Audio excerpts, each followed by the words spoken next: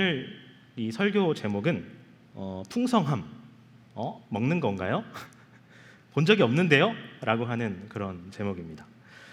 다소 우스운 제목인데 이 제목이 뜻하는 바는 하나님께서, 우리 성경 말씀을 보니까 하나님께서 채우신다고 하는데 나는 잘 모르겠다 라고 하는 겁니다. 그 방송팀 분들 여기 살짝 울리는데 한번, 네, 바쁘시네요. 네, 네, 풍성히 채우신다고 하는데 난 잘 모르겠다. 성경에 보면은 뭐 축복, 풍성, 은혜, 채우심 이런 단어들이 참 많이 나오는데, 그런데 정작 내 삶이랑은 크게 상관이 없는 것 같다. 성경에서는 그렇게 나타나는데 실제 나한테서는 난 그렇게 풍족하지 않은데 라고 하는 그런 간극을 느낄 때가 있고요. 그리고 더 나아가서 성경이 모순인 건가? 그러면 채우신다고 했는데, 풍성할 거라고 했는데 난 풍성 그 정도는 아닌데 라고 하는 그런 간극인 거죠. 그런데 우리의 믿음대로라면 성경이 하나님께서 거짓말을 했을 리는 없습니다. 말씀에 모순이 있는 게 아니라 내가 어딘가 오해하고 있을 가능성이 훨씬 크다는 건데요. 그런데 오해라는 게 그런 것 같아요. 오해만 하면, 오해라고 하는 건 진리를 왜곡하게 할 수 있습니다. 또 오해라는 상처를 낳게 하기도 하고요. 내 기분, 내 상처, 내 기대에 따라서 내가 보고 싶은 대로 보게 만듭니다. 그리고 결국 그것 때문에 관계를 망치게 할 때도 있고요. 나 스스로를 실망스럽게 만들기도 합니다. 오해라고 하는 건 안 좋은 건 다 알아요. 그런데 묘한 건, 안 좋은 건 알지만 문제는 이 오해라는 함정에 누구나 취약하다는 겁니다. 누구나 언제나 열려 있다고 하는 겁니다. 사람은 늘 이렇게 취약한데, 오해라고 하는 영역에 늘 취약한데, 우리 오늘 한번 말씀 가운데 특별히 우리가 무슨 오해를, 어떤 오해를 가지고 있을 때 하나님께서 풍성히 채우신다고 하셨는데, 말씀에 보니까 풍성히 채우신다고 했는데 난 전혀 모르겠다 라고 하는 그런 간극을 느끼게 되는 건지 오늘 함께 본문을 통해 살펴보기 원하는데요. 그 전에 여기 여러분은 한 번도 못 드셔보셨을 이 물컵을 한번 봐주시기 바랍니다. 네, 네. 네, 이 물은요, 우리 오지영 자매님 그리고 정한솔 자매님께서 어떻게 돌아가시는 건지 모르겠지만 매주 우리 설교자 분들을 위해서 떠다 주시는 그런 물입니다. 굉장히 감사한 일이죠. 이 중에서 자기 물 자기가 안 떠먹는 사람 저하고 도화밖에 없을 거예요. 네, 이거 당연한 일 아닌데 설교자를 위한 마음으로 이렇게 친히 떠다 주시는 겁니다. 참 감사한 일이죠. 헌신에 이분들의 헌신에 참 좋은 기감을 얻습니다. 자, 그러면 이런 헌신 앞에, 이렇게 떠다 주시는 물 앞에 우리는, 아니면 저라면 제가 뭐라고 말씀드려야 될까요? 떠다 주셨네요. 저는 일반적으로 사람들은 뭐라고 하죠? 감사합니다. 감사합니다 라고 하잖아요. 그게 일반적인 거잖아요. 자, 그런데 사도 바울은 좀 특이했습니다. 감사하지 않았다는 말은 아니에요. 분명히 감사의 표현이었지만 일반적이지 않았습니다. 당시에 바울은 감옥에 있었어요. 그런데 빌립보에 있는 성도들이 바울을 위해서 십시일반 모아서 구조금을 보내준 겁니다. 참 고마운 일이죠. 감사한 일이죠. 당연한 일 아니잖아요.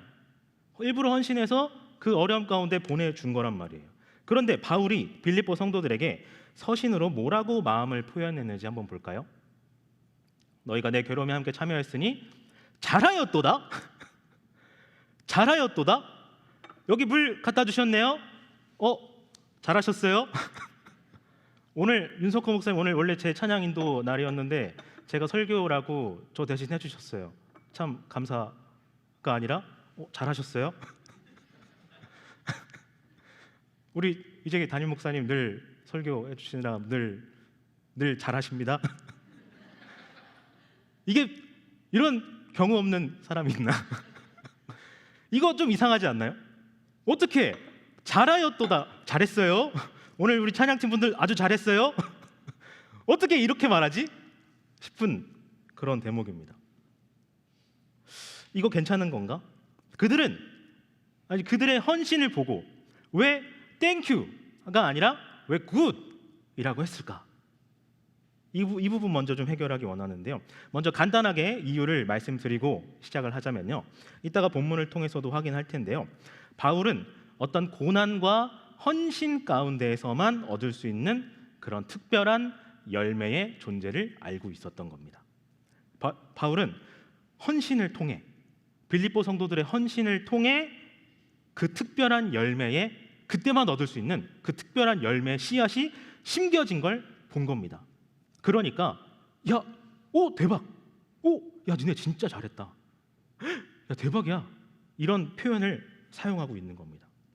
자, 그럼 여기서 오늘 서론에 나눴던 질문이에요. 풍성이 채우신다고 하는데 나는 왜 풍성한 것 같지 않을까? 그 첫 번째 오해가 등장을 합니다. 그것은 대상에 관한 오해인데요. 그 풍성함을 아무나 누릴 수 있다고 생각하기 때문이에요. 사실 그 풍성함이란 고난에 참여한, 고난에 동참한 사람에게, 그런 대상에게 주어지는 특권인데 말입니다. 오늘 보면 14절, 16절을 보면요, 이렇습니다. 제가 읽을게요.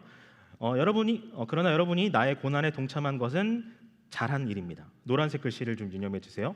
빌립보의 교우 여러분도 아는 바와 같이 내가 복음을 전파하던 초기에 마케도니아를 떠날 때 주고받는 일로 나에게 협력한 교회는 여러분밖에 없습니다. 내가 데살로니가에 있을 때에도 여러분은 내가 쓸 것을 몇 번 보내어 주었습니다. 라고 해요. 여기에 보면요, 고난에 동참한 일, 주고받는 일로 나에게 협력한, 그 쓸 것을 몇 번 보내어, 이런 식으로 이게 다 그들의 고난과 헌신을 그런 보여주는 대목이에요. 그런데 당시에 이 빌립보 지역에서 예수님을 믿는 건 절대 쉬운 일이 아니었다고 합니다. 빌립보는 로마 황제에 대한 충성도가 아주 높은 그런 식민지 도시였다고 해요. 그래서 그리스도인들에 대한 박해가 유별났다고 합니다. 그리고 여기에 더해서 우리 그런 말이 있죠. 눈에서 멀어지면 마음에서도 멀어진다라는 말이 있는 것처럼 눈에서 사라진 바울을 없는 살림 가운데 계속해서 원조하는 건, 돕는 건 절대 쉬운 일이 아니었습니다. 그 자체가 바울의 사역에, 하나님 사역에 동참하는 일이었어요. 그렇기 때문에 사도 바울은 야 잘했다, 와 너네 진짜 야 대박이야, 이거 여기서 심겨진 씨앗이 나중에 어떤 열매를 맺는지 봐라, 이거 진짜 대박이야 라는 찬사와 하나님의 어떤 그런 풍성한 공급에 대한 약속을 언급해 주고 있는 겁니다. 결국 오늘 본문에서 말하는 풍성함이라고 하는 건요, 구경꾼들에게 던져주는 그런 호객 상품이 아니라 동역자들에게 주는 격려이자 특권이라는 사실을 우리가 알 수 있는데요. 자, 그러면 여기서 이 시점에서 조금 찝찝해질 수도 있어요. 누구나 교회 사역 가운데 있는, 교회를 다니는 어떤 누구도 그런 생각을 당연히 할 수 있을 거라고 봅니다. 어떤 생각이냐면 나 정도면 좀 헌신하고 있는 거 아닌가? 나 그렇게 인생 그렇게 쉽지 않은데, 그 중에서 내가 좀 시간 투자 좀 하고 있는데, 그런데 그만큼 또 풍성하진 않은 것 같은데? 라는 그런 종류의 의문인 거죠. 자, 여기서 두 번째로 우리가 풀어야 할 오해가 발견됩니다. 풍성히 채우신다는데 나는 왜 그런 것 같지 않을까? 풍성히 채우신다는 그런 대상에 내가 부합하는 것 같은데 나는 왜 풍족한 것 같지 않을까? 두 번째 오해는요, 채우고 공급하시는 그 영역에 대한 오해입니다. 두 번째, 영역에 대한 오해예요.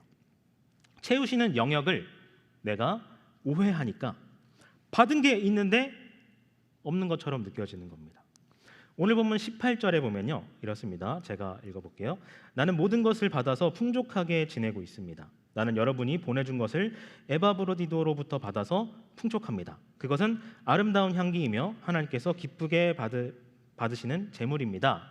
라고 하는데요, 여기 이 본문 다 다루진 않겠지만 여기 나타난 정보로 봤을 때요, 우리가 알 수 있는 사실은 풍족하다고 했지, 감옥에서 풀려나서 내 모든 문제가 다 해결되지 않았다고 밝히고 있어요.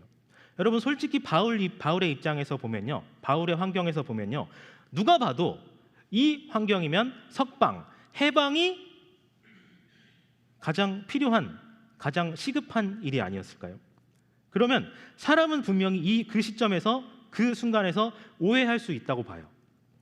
감옥에서 나오는 게 내가 지금 이 가장 시급한 문제에서 지금 내 앞에 직면한, 내가 제일 내 앞에 가장 보이는 그 문제로부터 내가 벗어나는 게 하나님이 개입하신 거다, 풍성한 개입이다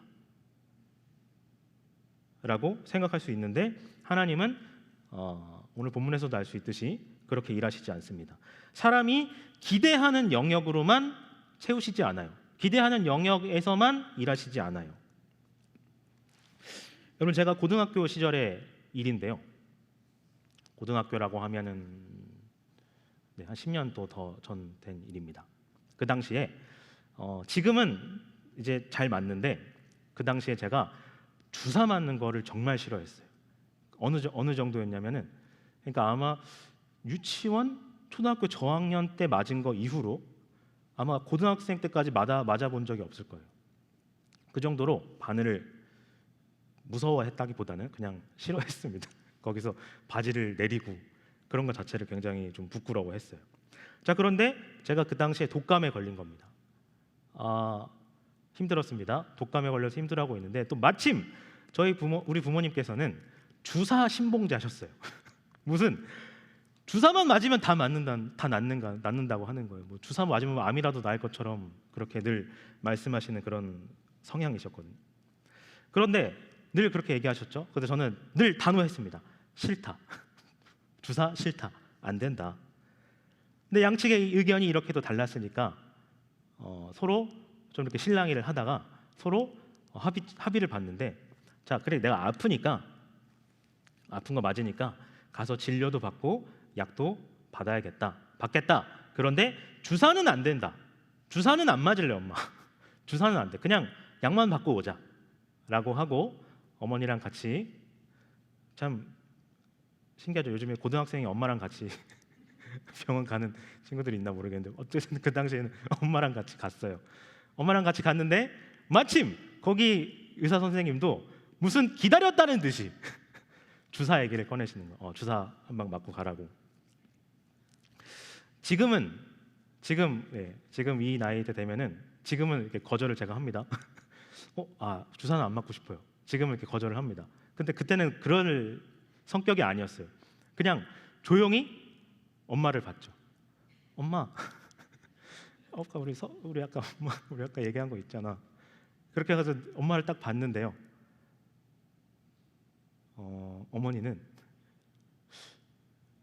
어머니가 가만히 계시는 거예요. 엄마, 그 순간에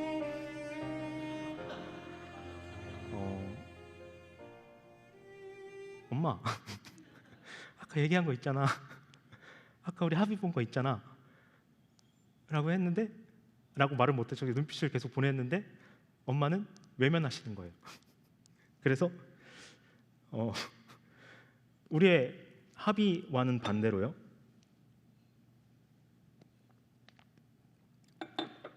저는 사형수가 단두대에 끌려가듯 주사실로 이동할 수밖에 없었습니다. 그때 느꼈던 그 좌절감, 그 거절감, 제가 그때 엄청 오랜만에 맞는 거라고 했잖아요. 그러니까 초등학생 때는 이렇게 누워서 맞아요. 애들이 이렇게 엎드려서 거기서 그렇게, 분명히 제가 그렇게 맞았던 기억이 있거든요. 그래서 자, 바지 내리세요라고 했는데 제가 그래야 되는 줄 알고 정말 많이 내리고 올라가야 되나 그러고 있는데 간호사분이 놀라고 그렇게까지 내리지 않아도 돼요 이래가지고 그 정도로 다시 내가 올리는데 그 수치심, 그 많은 그 복잡한 마음으로 주사를 맞고 병원에서 나왔던 기억이 있는데요. 제가 말씀드리고 싶은 요지는 이겁니다. 내가 원하는 영역과 나한테 절대적으로 필요한 영역이 다르다는 겁니다. 내가 원하는 건 딱 이 정도였는데 전문가인 의사가 봤을 때 아들을 사랑하는 부모님이 봤을 때 절대적으로 필요한 건 달랐던 겁니다. 우리가 어떤 문제 상황 가운데서 기도할 때요, 우리는 우리가 그리는 그런 완벽한 어떤 그런 기가 막힌 그림이 떠오를 줄로 알아요. 바울도 마찬가지였을 겁니다. 석방하면, 내가 여기서 어떻게 딱 나가면, 사도 바울은 분명히 와, 나 진짜 힘들었는데 좀 쉬자, 그때 야, 맛있는 것 좀 먹자, 이러지 않았을 거예요. 분명히 또 바로 나와서 바로 전도하러 가고, 바로 하나님 말씀 가르치러 가고, 거기서 한번 잡혔으니까 내가 계속해서 말씀 전하려면 어떻게 해야 더 이렇게 효율적으로 할 수 있는지, 내가 안 붙잡히고 잘할 수 있는지 그런 지혜도 배웠을 겁니다. 그러니까 하나님 이러면 더 이게 또 하나님 사역에 더 도움이 되는 게 아닌가요? 싶었을 수도 있는데, 하나님께서 빌립보 성도들을 통해 채우시고 해결하신 영역은 감옥에서의 이탈이 아닌 버틸 수 있을 정도의 물품이었습니다.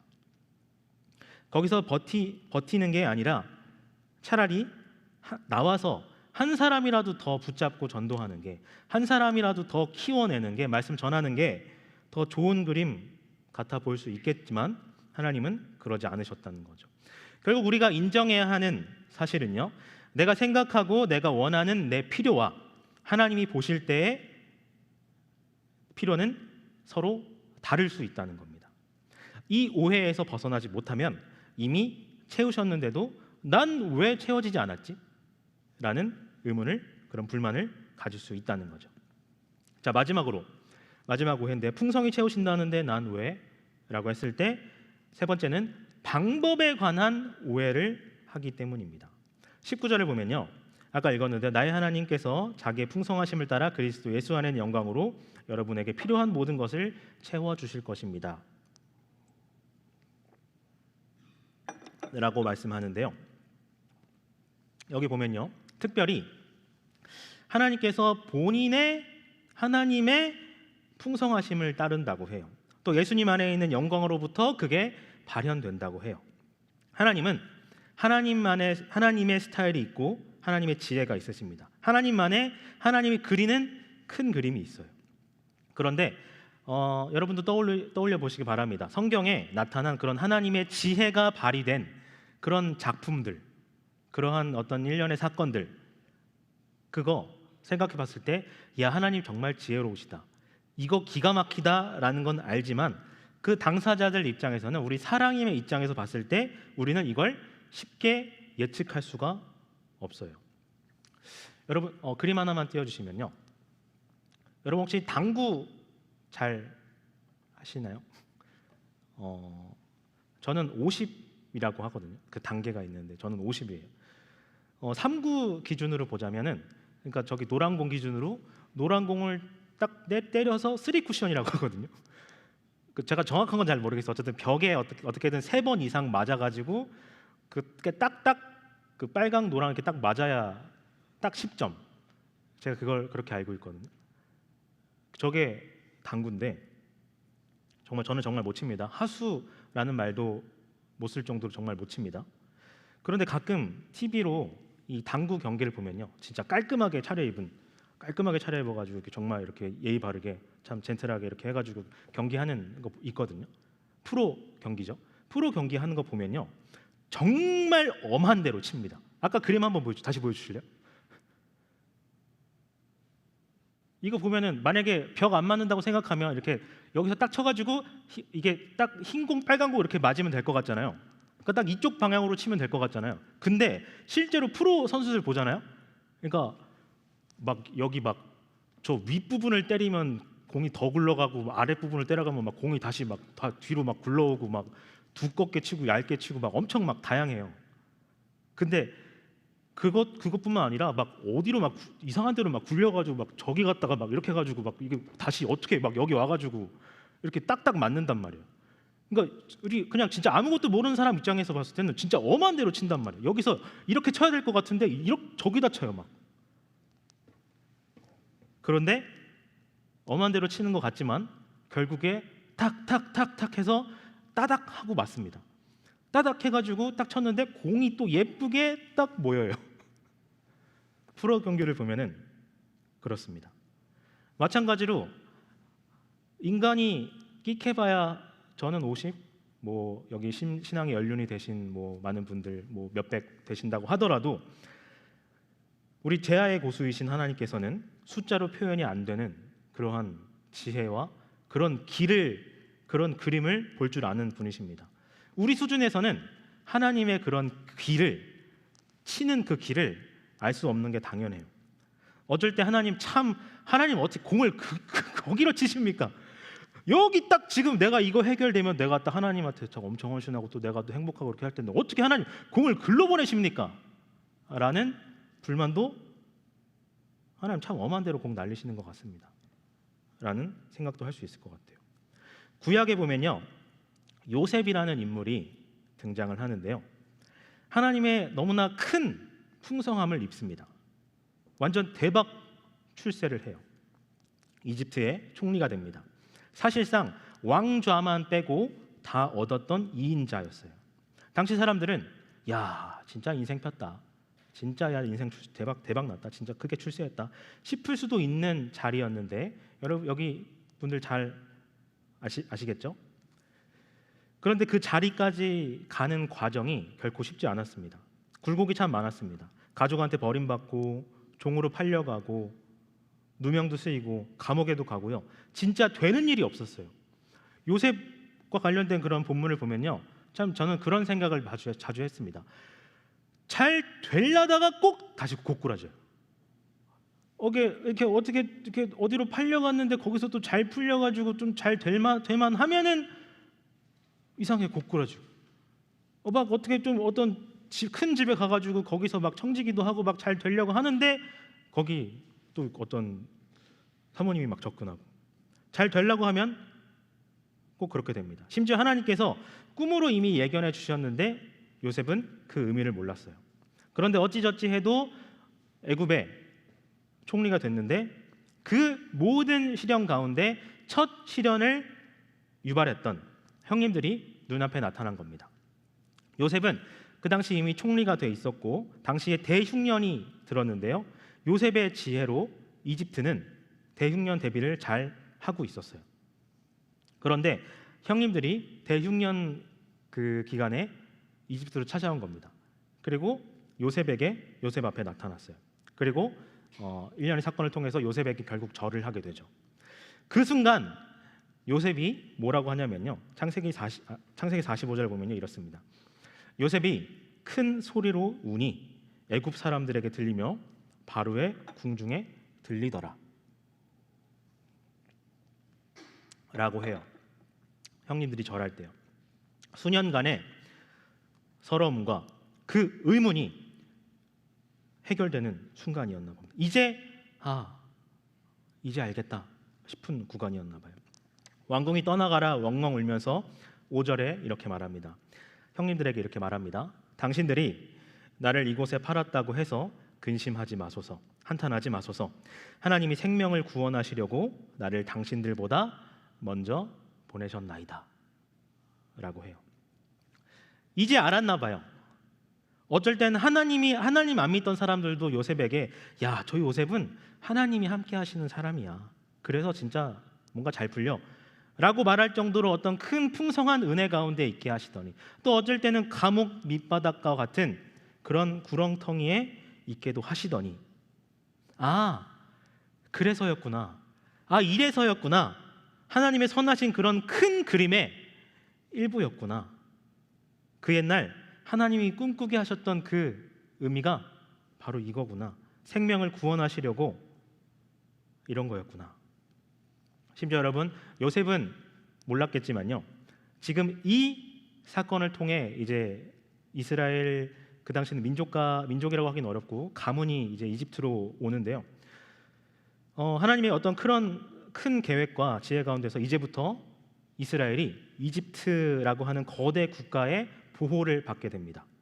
물론 훗날 노예가 되지만 하나님께서 아브라함과 함께 하셨던 약속, 내가 너로 큰 민족을 이루어 하늘의 별처럼 바다의 모래처럼 번성케 하시겠다라고 하는 그 하나님의 언약이 이행되기 위한 그 기반이 마련돼요.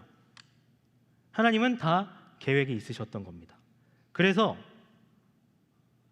이스라엘 민족이 이제 거기서부터 이제 이집트도 감당 못할 정도로 강성한 그런 이제 그런 군단이 되죠.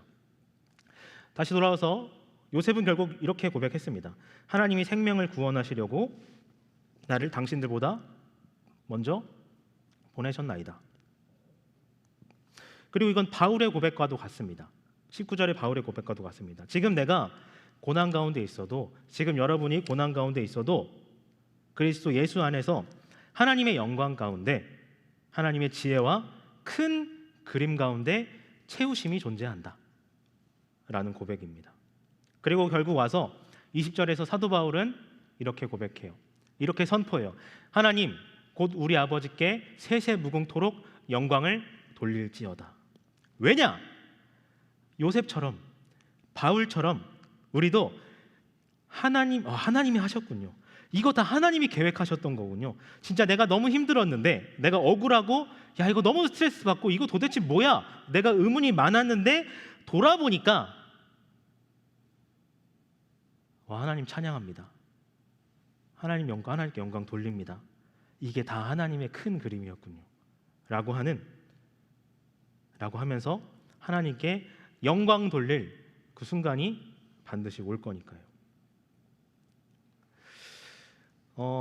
그러나 때론 우리는 어떤 바울이나 요셉처럼 감옥처럼 어떤 옥매어지는 데 있는 것 같을 때도 있습니다. 뭔가에 억눌려 사는 것 같고, 인간관계 속에서 낙심하고, 정말 뭔가 되는 일 없고, 뭐 잘 풀리나 싶으면 또 잘 안 되고, 예수님을 위해 희생하는 것, 하나님을 위해 희생하는 것, 이웃을 위해 희생하는 것 다 뭔가 어려울 때가 많습니다. 여유가 없을 때가 많습니다. 그러나 분명히 하나님의 채우심이 존재합니다. 나에게 능력 주시는 분 안에서 내가 모든 것을 할 수 있습니다.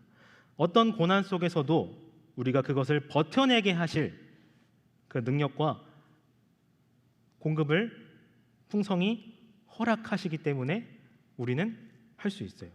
내가 알지 못하는 영역, 그 가운데서 나도 모르는 내 필요 가운데서 하나님이 지금 내가 가고 있는 이 길을 끝까지 걸어갈 수 있도록 만드는 그런 분명한 공급이 있을 테니까요. 올해에 있었던 일인데요. 정말 조심스럽게 말씀을 하나 드리자면, 교육 사역을 하다 보면 청년 사역 안에서만 말씀을 드리는 겁니다. 청년 사역 안에서 가끔 그런 부분 때문에 지칠 때가 있습니다. 물론 교육부서 분들도 그 교육자분들도 공감하실 수 있는 내용일 것 같은데요. 이게 자꾸 사람을 쫓아다녀야 돼요. 양육하자, 얘들아 예배 좀 잘 나오자, 어디 뭐 참여하자, 2부에 저거 뭐 있어, 얘들아 여기 나오자, 토요일 날에 뭐 있어, 얘들아 이거 좀 하자, 이거 도와줄래? 이런 식으로 계속 쫓아다녀야 돼. 그러다가 가끔 지칠 때가 있습니다. 그러다가 가끔 그런 기도를 할 때가 있어요. 하나님, 사람이 왜 이렇게 살아야 되죠? 심지어 하나님, 이게 지금 나 잘 되라고 하는 거예요? 나 잘 되고 싶어가지고 얘네 쫓아다니는 거예요? 사람들 쫓아다니는 거예요? 아니잖아요. 근데 사람이 사람을 왜 이렇게 쫓아다녀야 돼요? 이거 사람이 이렇게 사는 게 맞나요? 라는 그런 하소연을 하나님께 했던 적도 있는 것 같아요. 하나님, 이게 이렇게 살아야 됩니까? 이거 뭐 해도 뭐 이렇게 살아야 되나? 라고 하는 그런 어떤 하소연을 하고 있는 그런 어떤 날에요. 어느 날 갑자기 그럴 리가 없는 어떤 청년한테 연락이 온 겁니다. 전도사님, 혹시 양육하는 사람 지금 많은가요? 깜짝 놀랐어요. 아니 얘가? 없지. 지금 한 4-5명 정도? 많은 건 아니야. 그 정도 해. 그러면 저도 하고 싶어요. 이 문자를 보는데 말이 안 되는 거예요. 얘가 왜 갑자기? 하나님 도대체 왜 그러시는 거죠?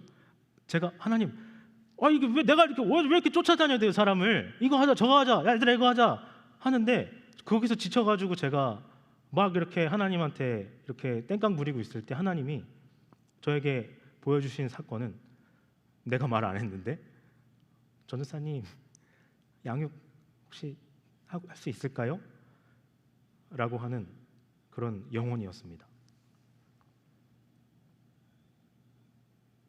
그러다 보니까 분명히 그 마음이 있었어요. 양육하면 보통 6주에서 길면 8주, 9주까지 하거든요. 그때까지 풍성하겠다. 그러다 보니까 올해 생각해 보니까 양육을 13명 정도 했거든요. 그러니까 제가 다시 알게 됐어요. 나 풍성했는데 내가 왜 몰랐지? 하나님이 그렇게 채우고 계셨는데 내가 왜 몰랐지? 내가 오해했구나. 하나님, 내가 왜 이렇게 난 왜 이렇게 없는 중에 이렇게 내가 하고 싶은 것도 내가 막 나 좋으라고 하는 일도 아닌데 왜?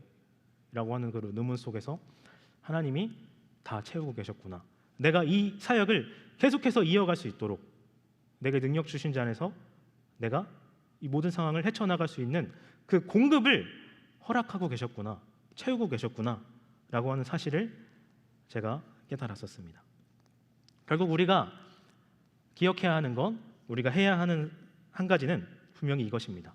말씀을 하나 다 같이 읽어보기 원하는데요. 선한 일을 시작.